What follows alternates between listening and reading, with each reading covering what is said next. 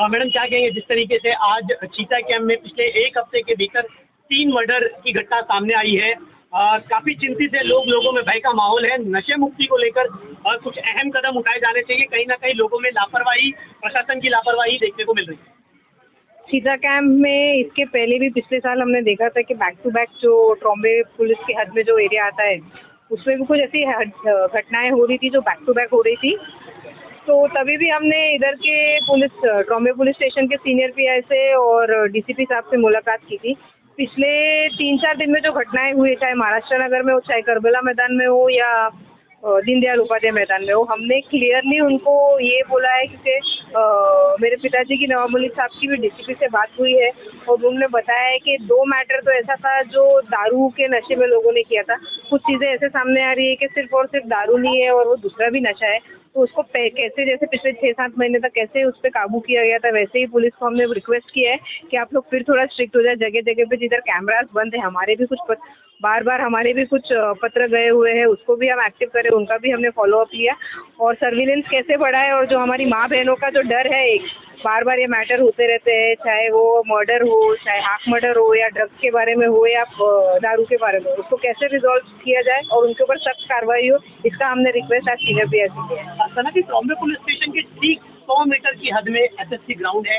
वहाँ पर एक हादसा हुआ, उस चीज़ को लेकर कहीं न कहीं लोगों के अंदर भय का माहौल है, लोग डर रहे हैं क्योंकि चीता कैंप के अंदर इससे पहले ऐसी घटना कभी देखने को नहीं मिली। भाई आपसी रंजिशों के वजह से काफ़ी घटनाएं इधर हो रही है और पुलिस प्रशासन को जो काम करना चाहिए वो अपनी पूरी मेहनत, और आज भी हम इधर पहुंचे तो उन्होंने पूरी मीटिंग की थी। हमारा पूरा विश्वास है कि वो सर्विलेंस बढ़ाएंगे और काम होएगा।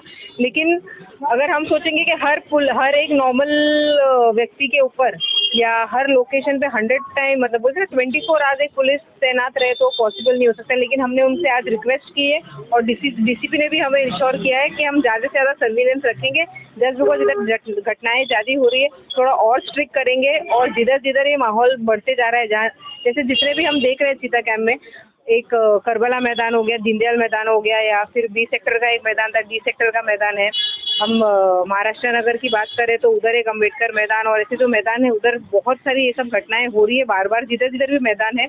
तो हमने उनको बोला है उधर अगर सीसीटीवी एक्टिव है, इनएक्टिव है तो उसको एक्टिव करें, और नहीं है तो उसको हमने पहले भी प्रपोज करने के लिए बोला था, उसका कुछ सर्विलेंस बढ़ाना चाहिए और कैसे सीसीटीवी उधर एप्लीकेबल हो जाए, और जिधर बीट्स उनके ऑलरेडी है और जो बंद पड़े उसको चालू करें। ये सब चीज़ों के बारे में आज चर्चा हुई और हम कोशिश करेंगे कि अब पुलिस, जैसे इलेक्शन मोड खत्म हो गया है, थोड़ा इनएक्टिव हो गई थी शायद, तो अभी उसको कैसे ज़्यादा से ज़्यादा कैसे एक्टिव हो सकती है उसके ऊपर हमने भी ध्यान दिया, और लोकल पब्लिक जो है वो भी इधर बहुत सहयोग कर रही है। तो कुल मिला के उन्होंने बोला 3 दिन से 1 हफ्ते भर में हमको रिजल्ट मिलेगा। आपकी ओर से नशाबंदी की रोकथाम के लिए क्या प्रयास पर्सनल तौर पर आप लोग करने वाले हो आने वाले वक्त में?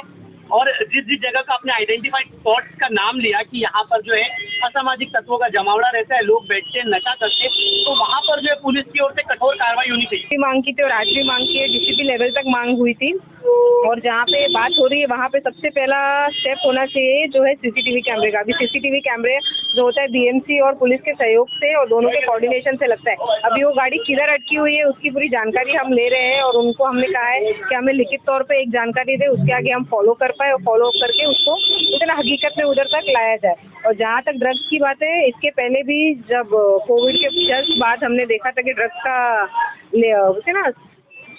ड्रग्स का इंटेक बहुत बढ़ गया है, बहुत सेल हो रहा है इधर चीता कैंप में। तो हमने कुछ हिडन तरीके से काम किया था, कुछ लोग हमको जानकारी देते थे, वो जानकारी हम पुलिस स्टेशन तक पहुंचाते थे, पुलिस स्टेशन वाले एक्शन लेते थे। तो वही एक जो हमारा पहल था पहले 3 साल पहले का, उसको वापस से चालू करेंगे, और हमें विश्वास है कि ये पूरा जो एक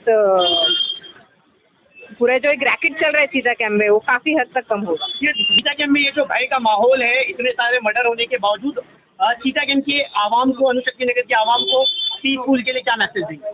भाई चीता कैंप में भय का जो माहौल है वो बैक टू बैक 3 जो इंसिडेंट्स हुए हैं, सिर्फ और सिर्फ हम चीता कैंप में नहीं बोलेंगे, इधर से हद के बाजू में जो ट्रॉम्बे पुलिस स्टेशन के हद के अंदर महाराष्ट्र नगर आता है उसमें भी एक हादसा हुआ है। तो टोटल इधर 3 से 4 हादसे हो गए। हम बोलेंगे हमारी माँ बहनों को या हमारे जो नौजवान लड़के, अगर आपको ऐसा कोई भी सिचुएशन दिखता है जहाँ पे नशा, दारू या कोई भी इकट्ठा होके कुछ भी, बोलते ना एक बच्चे लोग आपस में रंजिश करने लगते हैं या झगड़ने लगते हैं, तो इधर के जो ट्रॉम्बे पुलिस स्टेशन के हद में जो पुलिस स्टेशन आता है, ट्रॉम्बे पुलिस स्टेशन, उसको आप फौरन जानकारी दीजिए। अगर आपको अपने नाम का डर लगता है तो आप गुप्त तरीके से भी लोगों को जानकारी दे सकते हैं। कुछ लोग हैं जो डायरेक्टली संपर्क में रहते हैं पुलिस स्टेशन के, तो उनको आप बता दीजिए। कुछ नहीं तो आप डायरेक्ट 100 नंबर पे आप कॉल करके आप अपना रिक्वेस्ट डाल सकते हैं कि भाई इधर ऐसा ऐसा इंसिडेंट हो रहा है या कुछ है, और आप ये भी रिक्वेस्ट कर सकते हैं कि मेरा जो नाम है वो आप लोग एक्सपोज ना करिए। एक डर हो गया है चीता कैंप में कि हमने अगर आवाज़ उठाई तो हमारे ऊपर एक्शन होता है। लोकल जो नशा करता है वो आके वार करता है, या बोलते हैं ना किसी के घर पे पत्थर मारता है, ये सब काम होता है, तो लोगों को डर हो जाता है लोगों के घर में। लेकिन माँ बहनें को यही रिक्वेस्ट करेंगी कि आप लोग 100 नंबर पर डायल करिए, या ऐसे किसी को लोग को बताइए जो आपके भरोसे वाले और वो आगे ये चीज़ बढ़ाए। धन्यवाद।